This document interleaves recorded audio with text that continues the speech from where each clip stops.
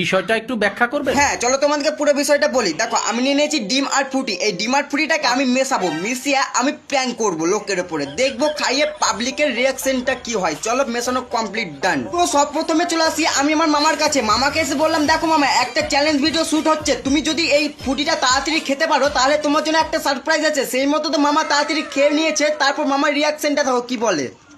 একদম বাজে। ও মামার ওপর প্র্যাঙ্ক করে চলে আসি বাইরে। বাইরে এসে দেখতে পাচ্ছি একটা বন্ধু বসে আছে। ওকে বললাম দেখ ফুটিটা যদি তুই খেতে পারিস তাহলে তোর জন্য একটা সারপ্রাইজ আছে। ও তো সেই মতো খেয়েও নিয়েছে। প্রথমে তো বুঝতে পারিনি, তারপর দেখো কি অবস্থা হয়েছে ওর। ছি, তোমরা যদি আমার মতো লোকের কাছে গাল বা মার খেতে চাও তাহলে এইরকম করে প্র্যাঙ্ক ভিডিও করো। তো যাই হোক এরকম ভিডিও দেখার জন্য ইউটিউব চ্যানেলটি সাবস্ক্রাইব করে ফেলো। Bye bye.